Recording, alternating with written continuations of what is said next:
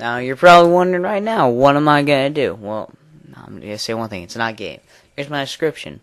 Well, today's a very special day. Well, look at this. February 21st, 2007. 1 year ago, I joined. So, we're celebrating 1 year on YouTube, baby. Yeah. And, well, the history of random productions. So, for you guys are probably really pissed off that I'm not doing a game.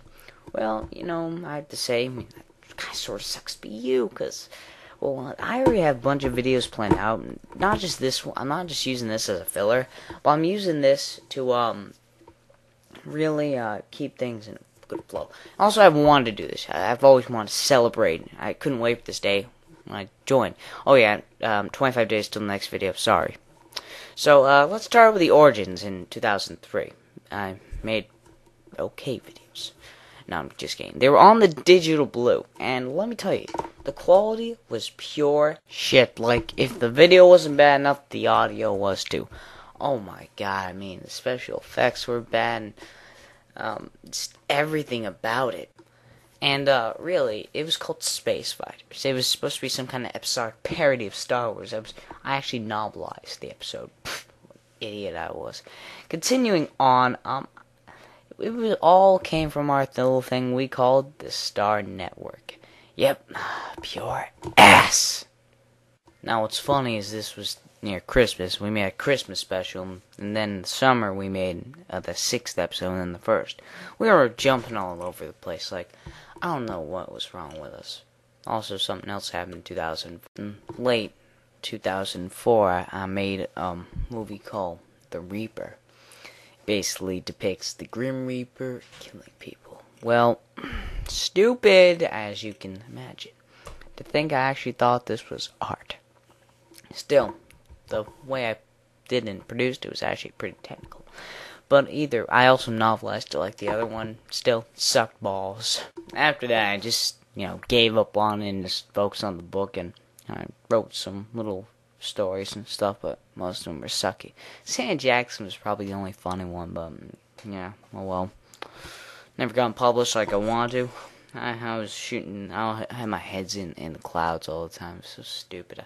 When you look back on yourself, I just think it's so stupid how I was. Well, in early 2006, I found out about YouTube. I really liked the site. I thought about joining, but I just didn't for some reason. I should have. In the summer of 2006, we made this thing called The Random Show. Yeah, pure suck. It just even worse than The Reaper and Space Fighters put together. I mean, the gags and jokes we put on this, it was just so stupid. I mean, it was sketch-based, and we thought we were going to be hit stars on YouTube if we upload them. Well, things didn't happen, mostly because we were debating over the name of our little company. My friend said Channel 3, but I didn't want that, so I just couldn't think of anything at the time. Late 2006, my friend and I decided to, make PowerPoints and put them on YouTube. We tried, we made a few, and, well, we had to think of a name. I said Random Productions, because they were random and crazy. So, I've been questioned a few times where I got the logo from. It's gonna be hard to believe where I got this logo. It's most random place. But, I want my videos to be random and crazy, and, well, I guess since the name of the faction had the same kind of logo, I guess I felt it necessary. Well, if you look at the, Loonies gang in Grand Theft Auto 2, you'll see that their logo was a smiley face. So, Loonies and crazy, you get the idea. See, that's where I got the idea from, the connection with random and Looney. So I chose the smiley face logo. It's strange, but it's true. I would have loved to show you my videos, but sadly I can't. Hand Hunter was the first video I ever put on YouTube, It was me waving my hand in front of my Sheltie, and it, going to trying to bite it. That's it. Few crappy videos go by, and well, I decided to use the movies to make some videos. As you can imagine, they were no better. Look, it's Galactic Romance. I can't believe 100 people read that. New York Ninjas. Let's see, what else do I have? Come on. The Robo Love and Planet X, Friday the 14th. I don't know what I was thinking. Now, the game, believe it or not, was actually met with moderate success. I mean, it sure is a crappy movie based on a crappy book, but 6,000 views today, that's like, no. Yeah, I just leave it on there because it's my first success. This, my friend, is the only scene that would give you a mild chuckle. It was pretty controversial, people.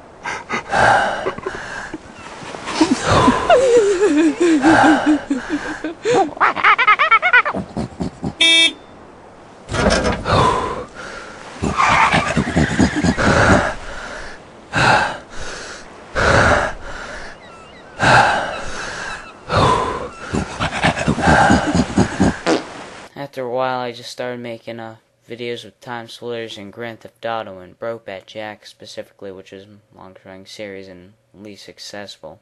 Pretty crap-like. Oh my god.